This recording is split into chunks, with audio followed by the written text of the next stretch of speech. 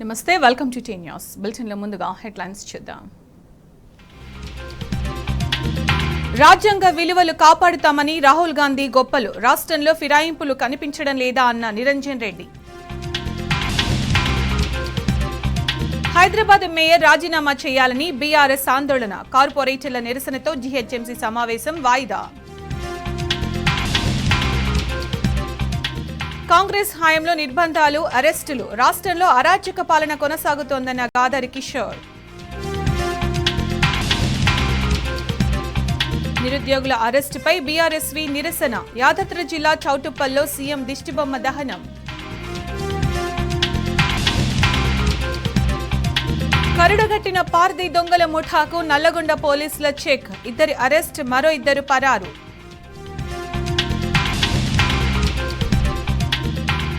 నిజామాబాద్ జిల్లా నవీపేట మండలంలో చిరుత సంచారం. మేకల మందపై దాడి, తప్పించుకున్న కాపరి.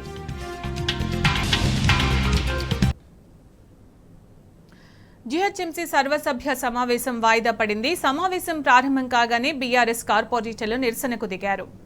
పార్టీ ఫిరాయించిన మేయర్, డిప్యూటీ మేయర్ రాజీనామా డిమాండ్ చేస్తూ ప్లకార్డులు ప్రదర్శించారు.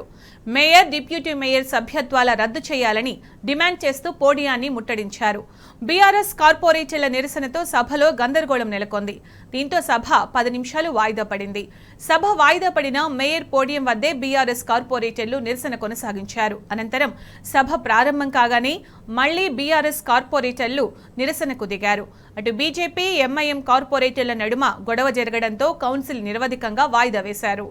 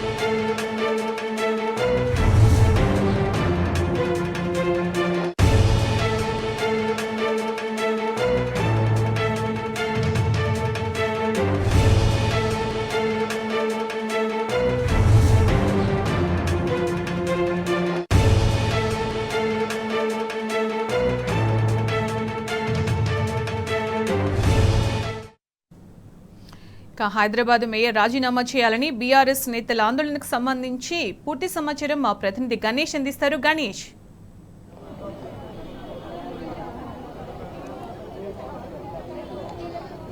అర్థవంతమైన చర్చ జరగాల్సింది. జీహెచ్ఎంసీలో అర్ధాంతరంగా చర్చ ముగించడం జరిగింది. ముఖ్యంగా ఈరోజు సమావేశాలకు సంబంధించి 10:30 గంటల ప్రాంతంలో మేయర్ స్పీచ్ కాగానే క్వశ్చన్ ఆన్సర్స్ కావచ్చు, అలాగే సంతాప తీర్మానాలు కావచ్చు, ఇవన్నీ కూడా కావాల్సి ఉండేవి. కానీ ఒక సంతాప తీర్మానాలు మాత్రమే కావడం జరిగింది. మేయర్ స్పీచ్ కూడా కాకుండానే సొంత పార్టీకి చెందిన కాంగ్రెస్ కార్పొరేటర్లే సభ జరగకుండా అడ్డంకులు సృష్టించడం జరిగింది. కొద్దిసేపు అటు బీజేపీ, ఎంఐఎం ఏదైతే కార్పొరేటర్ల మధ్య కొద్దిసేపు గొడవ కావడం జరిగింది. దాదాపుగా 4 సార్లు మేయర్ సభను వాయిదా వేయడం జరిగింది. సో మొత్తంగా అటు మేయర్, డిప్యూటీ మేయర్లు పార్టీ మారడం కావచ్చు, వాళ్ళు రాజీనామా చేయాలి అని చెప్పేసి ఒక పక్క, అలాగే నగరంలో పేరుకుపోయిన సమస్యలు ఒక పక్క, మొత్తంగా చర్చించాల్సిన విషయాలన్నీ పక్కకు పోవడం జరిగింది. ప్రస్తుతం నగరంలో చాలా సమస్యలు ఉన్నప్పటికీ కూడా ఏ దానిపైన కూడా చర్చ జరగలేదు. ప్రస్తుతం మనతో పాటు మాట్లాడడానికి బాలనగర్ కార్పొరేటర్ రవీందర్ రెడ్డి గారు ఉన్నారు. సార్ చెప్పండి, 7 నెలలు గడిచింది కొత్త ప్రభుత్వం వచ్చి. జీహెచ్ఎంసీలో మాత్రం పనులు ఎక్కడ పడితే అక్కడ ఉన్నాయి. ఒక పక్కన డెంగ్యూ ఫీవర్ కావచ్చు, అలాగే శానిటేషన్ అస్తవ్యస్తంగా ఉంది. అసలు ఏం జరుగుతుంది నగరం? గత 7 నెలలుగా కొత్త గవర్నమెంట్ ఏదైతే రేవంత్ రెడ్డి గారి ప్రభుత్వం వచ్చిందో అప్పటి నుంచి గ్రేటర్ హైదరాబాద్ను గాలికి వదిలేసి ఈరోజు ఒక బీఆర్ఎస్ గవర్నమెంట్ లో హైదరాబాద్ను ఒక అత్యున్నత స్థాయికి, ప్రపంచ స్థాయికి తీసుకుపోయిన చరిత్ర బీఆర్ఎస్ పార్టీ కేసీఆర్ది. మరి అటువంటి సమయంలో ఈరోజు ఈ 7 నెలల మాసంలోనే ఎక్కడున్న చెత్త చెదారము, ఈరోజు ఒక డెంగ్యూ గుర్రపు డెక్కతోటి చెరువులు ఎక్కడెక్కడ నిండిపోవడం, కనీసం నాలాలు క్లీన్ చేయకపోవడం, ఇటువంటి పరిస్థితుల్లో మేము ఈరోజు కౌన్సిల్ సమావేశంలో చర్చించడానికి వరకు వస్తే ఇక్కడ ఒక కాంగ్రెస్ వాళ్ళే ఒక విధంగా వాళ్ళకు వాళ్ళే రెచ్చగొడుతూ మరి ఈరోజు సభను ఎప్పటికప్పటికి వాయిదా వేస్తూ దుర్మార్గంగా వివరించడం జరిగింది. మున్సిపల్ శాఖకు సరైన మంత్రి లేకపోవడం, కనీసం ఒక ₹1,00,000 2 లక్షల రూపాయల శాంక్షన్ తీసుకోవాలన్నా కూడా ఈరోజు జోనల్ కమిషనర్ దగ్గరికి వెళ్తే కమిషనర్ దగ్గరికి వెళ్ళమంటారు. కమిషనర్ దగ్గరికి వెళ్తే మా ఇన్ఛార్జ్ మంత్రి లెటర్ తెస్తేనే ఇస్తామనేది ఒక కాంగ్రెస్ ప్రభుత్వంలో ఒక మంత్రి లెటర్ ఇస్తాను కాబట్టి ₹1,00,000 2 లక్షల పని చేస్తామనడం కూడా దుర్మార్గమైన చర్య. మొత్తం పాలన గాలికి వదిలేసి ఈరోజు రేవంత్ రెడ్డి గారు ఢిల్లీ పర్యటనలు చేయడం, హైదరాబాద్ నగరాన్ని గాలికి వదిలేయడం జరుగుతూ ఉంది. ఇంకొక విషయం, ఈరోజు ఇంకా 6 గ్యారెంటీలు అని చెప్పేసి మోసపూరితమైనటువంటి మాటలు చెప్పి ప్రభుత్వం ఏర్పరచుకున్న రేవంత్ రెడ్డి గారు అదే పద్ధతిలో ప్రభుత్వం నడిపిస్తా ఉన్నారు. హైదరాబాద్ మాత్రం మొత్తానికి గాలికి వదిలేసి ఈరోజు వాళ్ళు వ్యవహరిస్తా ఉన్నారు. ఇది సరైనది కాదు. హైదరాబాద్ నగరం అనేది ప్రపంచ ఖ్యాతిగాంచిన నగరం. ఇది అందరికీ దీక్షించి అన్ని రాష్ట్రాల నుంచి అన్ని దేశాల నుంచి వచ్చి ఇక్కడ జీవనం కొనసాగిస్తున్న వాటికి మనం వారికి గౌరవంగా చూడవలసిన బాధ్యత ఉంది. అదేవిధంగా గౌరవ మేయర్ గారు ఈరోజు ఇంకా వాళ్ళు కాంగ్రెస్ సభ్యులు దుర్మార్గంగా ఏమాట్లాడు ఒక బీసీ మహిళను అగౌరవపరిచేట్టు మాట్లాడుతున్నారు. కేసీఆర్ గారు బీసీ మహిళ అని చెప్పేసి బీసీలను గౌరవం అని చెప్పేసి హైదరాబాద్ తెలంగాణలో మహానగరమైన గ్రేటర్ హైదరాబాద్ ఒక బీసీ మహిళను మేయర్ చేసిన చరిత్ర కేసీఆర్ గారిది. అటువంటి కేసీఆర్ గారి పార్టీని మమ్మల్ని కించపరుస్తూ ఈరోజు మీరు బీసీ మహిళను అవమానించడం మాట్లాడడం చాలా దుర్మార్గమైన చర్య. మేము ఇంకా డిమాండ్ చేస్తున్నాం, మీరు పార్టీ మారారు, మీకు నైతికత లేదు, మీకు సంఖ్యాబలం లేదు, ఇమీడియట్ గా కుర్చీలో కూర్చునే అర్హత మీకు లేదు, ఎమ్మడే రాజీనామా చేయాలని డిమాండ్ చేస్తా ఉన్నాం. డిప్యూటీ మేయర్ కూడా మేయర్ పదవికి రాజీనామా చేసి మీరు పక్క జరిగి మీ నిరూపించుకోవాలి, మీ బలం నిరూపించుకున్న తర్వాత మీరు కుర్చీలో కూర్చోవాలని చెప్తున్నాం తప్ప మీకు ఆ నైతికత లేదు, ఆ హక్కు లేదు, ఆ సీటు మీద కూర్చున్న అర్హత లేదని చెప్తా ఉన్నాం.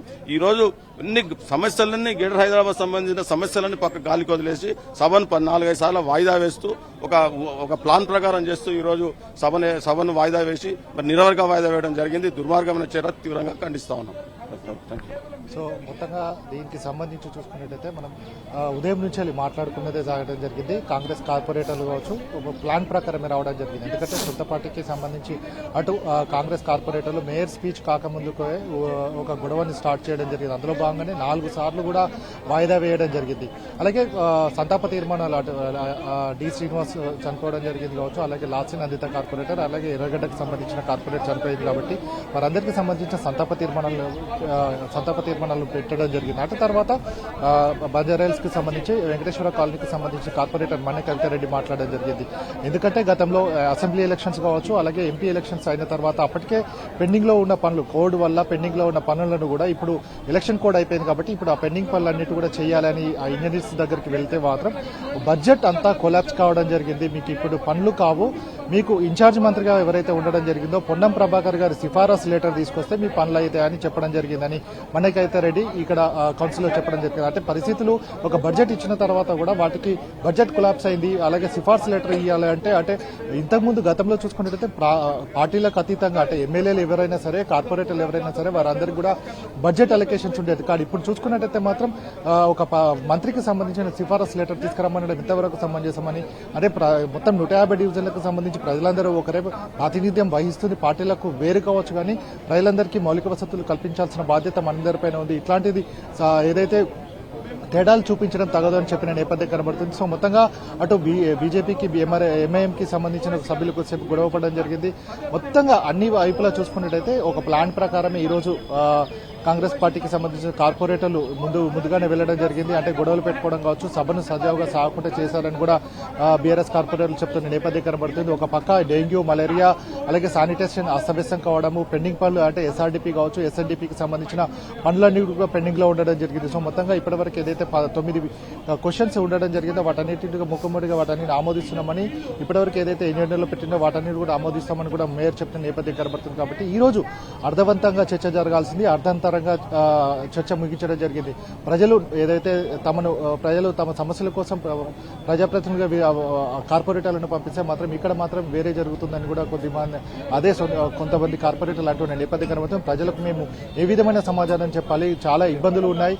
అటు ఒక పక్క కుక్క కాట్లు కావచ్చు, మలేరియా కావచ్చు, డెంగీ ఫీవర్ ఉన్నాయి, శానిటేషన్ వ్యవస్థ అస్తవ్యస్తంగా ఉంది, నిధుల కొరత ఉంది, వీటన్నిటిపైన చర్చించాల్సిన అవసరం ఉందని కూడా బీఆర్ఎస్ కి సంబంధించిన కార్పొరేటర్లు చెప్పడం జరుగుతుంది. ఇప్పటికైనా సరే ఎంఏయుడికి సంబంధించిన మినిస్టర్ లేరు కాబట్టి దానిపైన వెంటనే రివ్యూ చేసి ఈ ఏదైతే నగరంలో పేరుకుపోయిన అభివృద్ధి పనులు ఏదైతే 6 గ్యారెంటీలు కావచ్చు, అభివృద్ధికి సంబంధించిన నిధుల కొరత ఏదైతే ఉందో వీటన్నిటిపైన సమీక్ష చేసి వెంటనే ఆ నిధులు కేటాయించాలని ఒక పక్క మంత్రి ఏదైతే ఎంయూడీకి మంత్రి లేరు కాబట్టి సీఎంఏ దానిపైన సమీక్ష సమావేశాలు నిర్వహించి ఏదైతే సమస్యలు ఉన్నాయో వాటిపైన కూడా తక్షణమే చర్యలు తీసుకోవాలని కూడా ఏదైతే ఎంఐఎం బీఆర్ఎస్ కార్పొరేటర్లు అంటున్న నేపథ్యం కనబడుతుంది. కాబట్టి మొత్తంగా ఈ రోజు బీఆర్ఎస్ పార్టీకి సంబంధించి ఏదైతే కార్పొరేటర్లు ఉండడం జరిగిందో 6 గ్యారెంటీలు అమలు కావడం లేదని, అభివృద్ధి కుంటుపడిపోయిందని, అలాగే బీఆర్ఎస్ పార్టీ టికెట్ పైన గెలిచిన మేయర్ కావచ్చు, అలాగే డిప్యూటీ మేయర్లు కూడా నైతికంగా రిజైన్ చేయాలని కూడా వారు తమ ఎజెండాను పెట్టడం జరిగింది. మొత్తంగా అర్ధంతరంగా కూడా ఈ సమావేశం ముగిపోయిందని చెప్పుకోవచ్చు.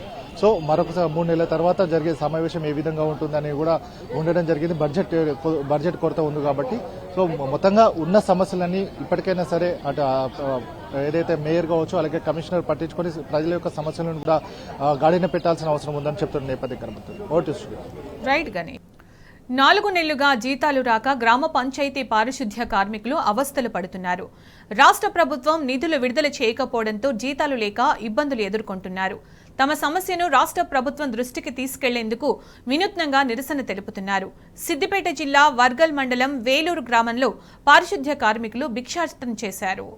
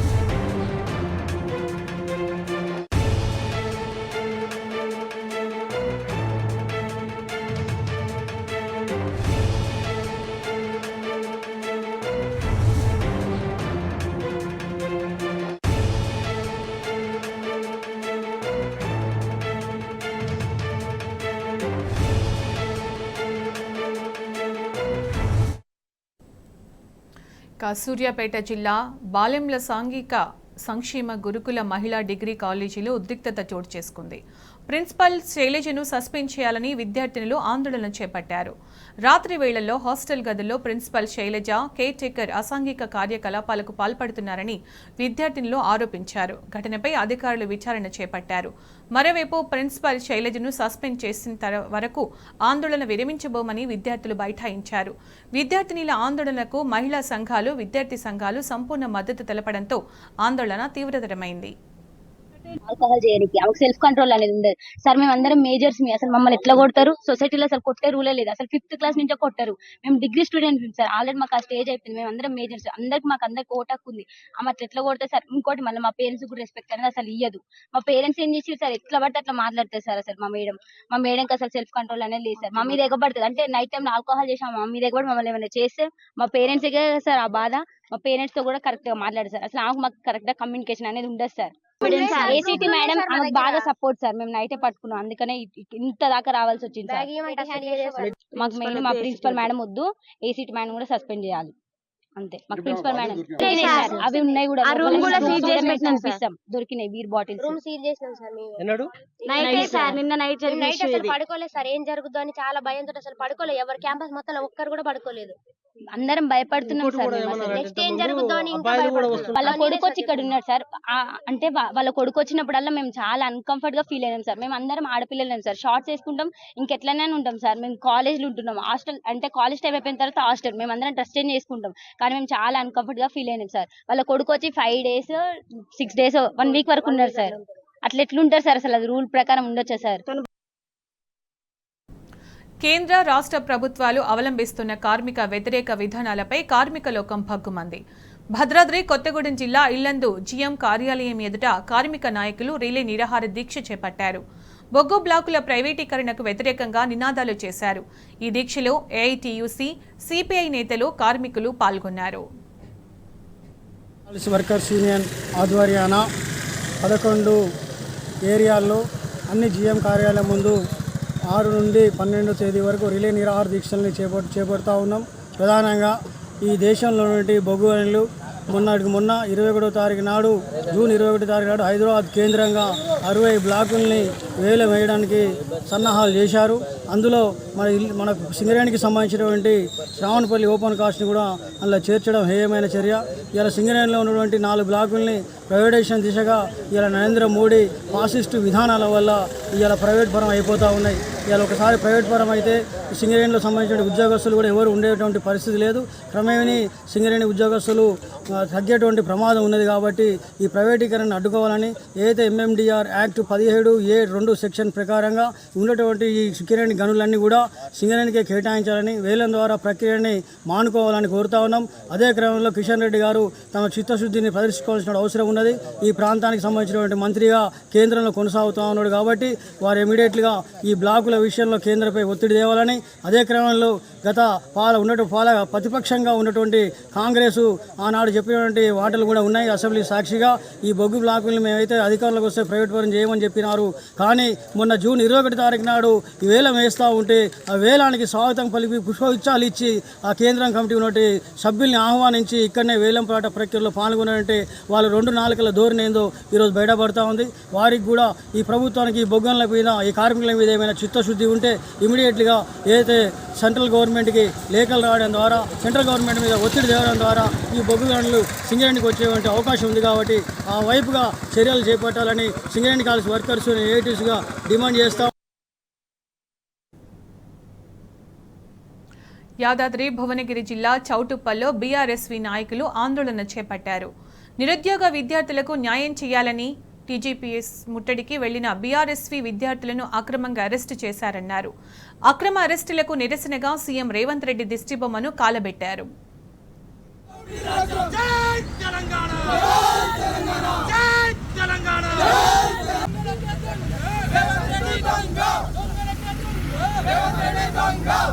పోరాటం చేసిన ప్రతి ఒక్కరికి 200 రకాల జాగిస్తామని చెప్పిండు. అదే మాట తప్పడం కాకుండా 1:100 నిరుద్యోగులకి టీజీపీఎస్సీ ప్రతి ఒక్కరికి ఉద్యోగం కల్పించాలని కోరుకుంటూ, అదేవిధంగా మన దీని యొక్క విలువ ప్రతి ఒక్క పేదోడి విలువ, ప్రతి ఒక్క నిరుద్యోగుని యొక్క విలువ, ప్రతి ఒక్కరి ఆకలి మంటతో ప్రతి ఒక్క పేదోడి యొక్క గొంతు యొక్క విలువ, ఈ యొక్క జెండా విలువ.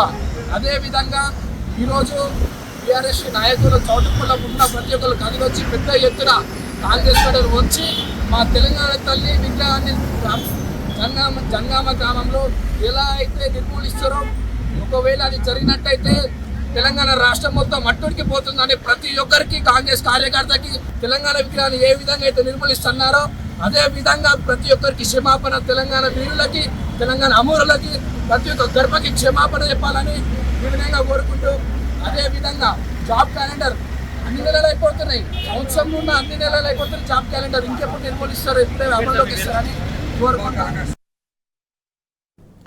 హైవేలపై హత్యలు, దొంగతనాలు చేస్తున్న కరుడుగట్టిన పార్దీ గ్యాంగ్ను నల్గొండ జిల్లా పోలీసులు అరెస్టు చేశారు.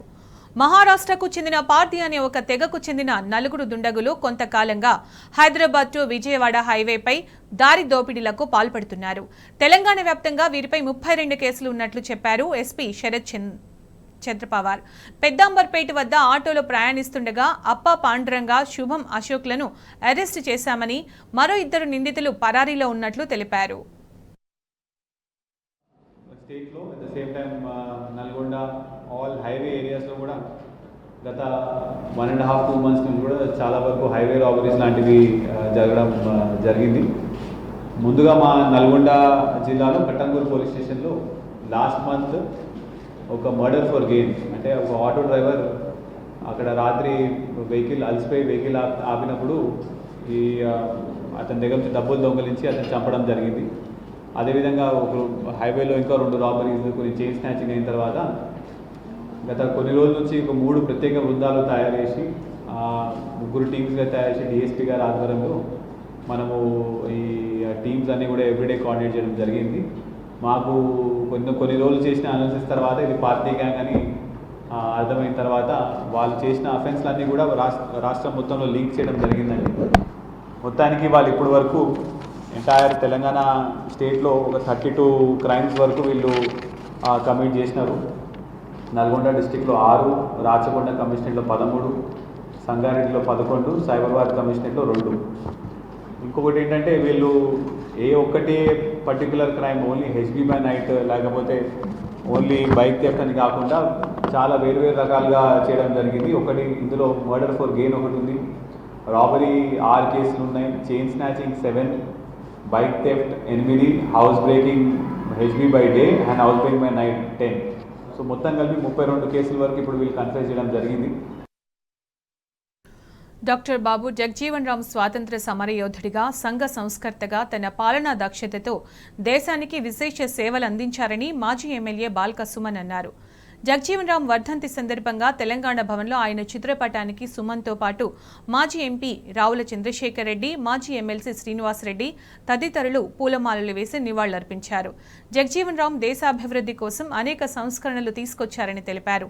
అట్టడుగు వర్గాల అభివృద్ధి కోసం తన జీవితాన్ని త్యాగం చేసిన మహనీయుడు బాబు జగ్జీవన్ రామ్ అని బాల్క సుమన్ కొనియాడారు.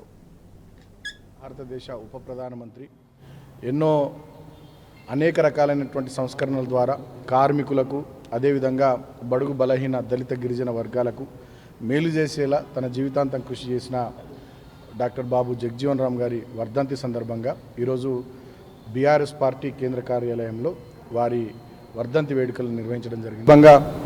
మరొక్కసారి వారి సేవలను, ఈ దేశానికి వారు చేసినటువంటి వారి సేవలను గుర్తు చేసుకుంటూ, మననం చేసుకుంటూ, వారి బాటలో వారి ఆశయాలను కొనసాగించే క్రమంలో బీఆర్ఎస్ పార్టీ డెఫినెట్గా ముందుకు సాగుతుందని చెప్పి, అట్టడుగు వర్గాల కోసం, కర్షక కార్మిక వర్గాల కోసం, తాడిత పీడిత ప్రజానీకం కోసం, దళిత గిరిజన బడుగు బలహీన వర్గాల క్షేమం కోసం డెఫినెట్గా డాక్టర్ బాబు జగ్జీవన్ రామ్ గారు కొనసాగించినటువంటి పోరాటం కానీ, కొనసాగించినటువంటి ప్రయాణం కానీ దాన్ని కూడా బీఆర్ఎస్ పార్టీ భవిష్యత్తులో కేసీఆర్ గారి నాయకత్వంలో కొనసాగిస్తామని, కాబట్టి ఇటువంటి మహనీయుల జయంతులు, వర్ధంతులు తెలంగాణ భవన్లో జరుపుకోవడం ఆనవాయితీ. ఆ క్రమంలో ఈ కార్యక్రమాన్ని మా పార్టీ పెద్దలు కేసీఆర్ గారి ఆదేశానుసారం మేము ఇక్కడ నిర్వహించడం జరిగింది. ఈ సందర్భంగా దేశవ్యాప్తంగా జగ్జీవన్ రామ్ గారి అభిమానులకు, అదేవిధంగా దేశవ్యాప్తంగా ఈ కార్యక్రమాన్ని కొనసాగిస్తున్నటువంటి వాళ్ళందరికీ కూడా అభినందనలు తెలియజేస్తూ, వారి ఆశయాలను కొనసాగించే క్రమంలో బీఆర్ఎస్ పార్టీ ప్రజాసేవకు, అట్టడుగు వర్గాల ప్రజానీకం యొక్క ఆశలు, ఆకాంక్షలు, ఆశయాలు నెరవేర్చే దిశగా మరొకసారి పునరంకితం అవుతామని చెప్పి సందర్భంగా తెలియజేస్తూ జోహార్ బాబు జగ్జీవన్ రామ్. ఆమె మరో మయూరి, విధి వంచిన పోరాడి గెలిచిన నాట్య మయూరి, మొక్కవోని ధైర్యంతో వైకల్యాన్ని ఓడించిన ధీశాలి. ఒకప్పుడు ఆమెది కన్నీటి కథ, కానీ ఇప్పుడు ఆమె ఒక విజయగాథ.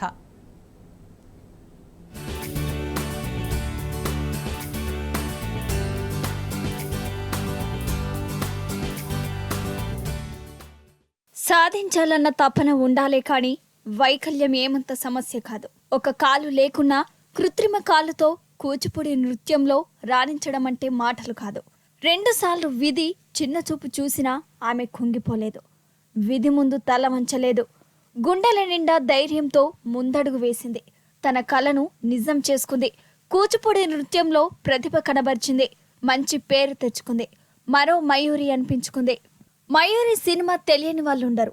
చాలా మందికి ఆ మూవీ ఒక inspiration. Kuchipudi dancer Sudha Chandran biopic అది. సుధా చంద్రనే ఆ మూవీలో లీడ్ రోల్ చేశారు. ప్రమాదంలో ఆమె ఓ కాలును కోల్పోతుంది. అయితే శాస్త్రీయ నృత్యంపై ఆమెకు ఉన్న ఆరాధన, అంకిత భావం సుధా చంద్రన్ను ధైర్యంగా ముందుకు నడిపించింది. ప్రపంచ స్థాయిలో గుర్తింపును తెచ్చిపెడుతుంది. అంజనా శ్రీది కూడా సరిగ్గా అలాంటి కథే.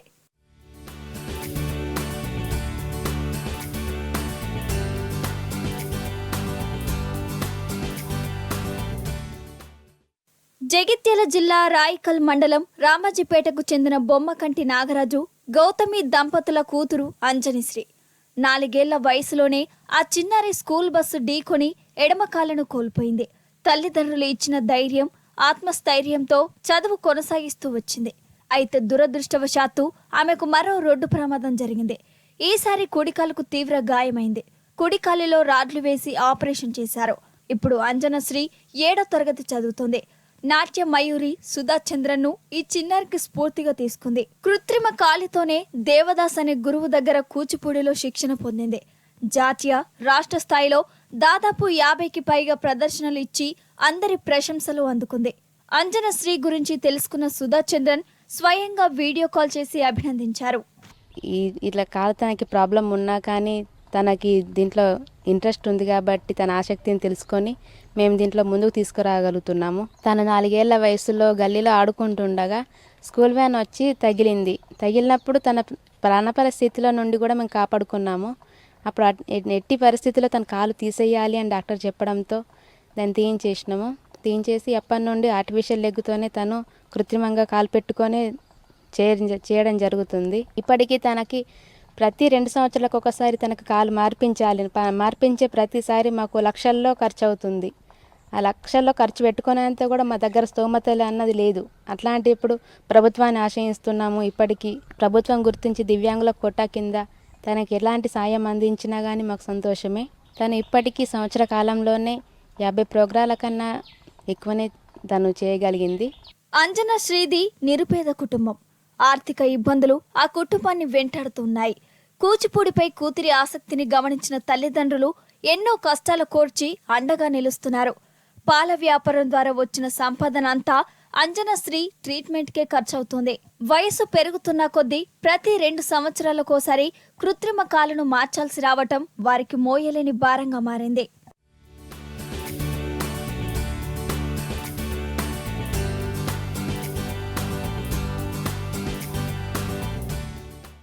కృత్రిమ కాలు మార్చిన ప్రతిసారి లక్షలాది రూపాయలు అవసరమవుతున్నాయి. ఈ మొత్తాన్ని భరించడం అంజనశ్రీ తల్లిదండ్రులకు పెనుభారంగా మారింది. అద్దె ఇంట్లో నివాసం ఉంటున్న ఆ కుటుంబం అప్పులు చేసి మరీ అంజనశ్రీని కాపాడుకుంటుంది. తల్లిదండ్రుల కష్టాన్ని చూసి తట్టుకోలేకపోతున్న అంజనశ్రీ దాతలు, మనసున్న మహారాజులు స్పందించి ఆదుకోవాలని వేడుకుంటుంది. నా పేరు బొమ్మకంటి అంజనశ్రీ. నేను ప్రగతి హై స్కూల్లో 7వ తరగతి చదువుతున్నాను. మాది రామాజీపేట్ గ్రామం. నేను 1 సంవత్సరం నుంచి మాస్టర్ దేవదాస్ దగ్గర కూచిపూడి నేర్చుకుంటూ 1 సంవత్సరం నుంచి నేర్చుకుంటూ ఉన్నాను. నాకు ఇప్పుడు కాలు ప్రాబ్లం ఉన్నా కానీ నాకు గవర్నమెంట్ నుంచి కొంచెం సహాయం అందితే ఇంకా బాగా రాణిస్తానని నేను రాష్ట్ర, జాతీయ స్థాయిలో కూడా ప్రోగ్రామ్స్ ఇచ్చాను. ప్రభుత్వం నాకు ఇంకా సహాయం చేస్తే నేను ఇంకా బాగా రాణిస్తాను. అంగవైకల్యం విజయానికి అడ్డు కాదని నిరూపించిన అంజనశ్రీకి మద్దతుగా నిలవాలని ఆమె కుటుంబ సభ్యులు, స్థానికులు కోరుతున్నారు. అంజనశ్రీ లాంటి పట్టుదల కలిగిన కళాకారునికి ప్రోత్సాహం అందిస్తే ఆమె మరిన్ని ఉన్నత శిఖరాలకు చేరుకుంటుంది.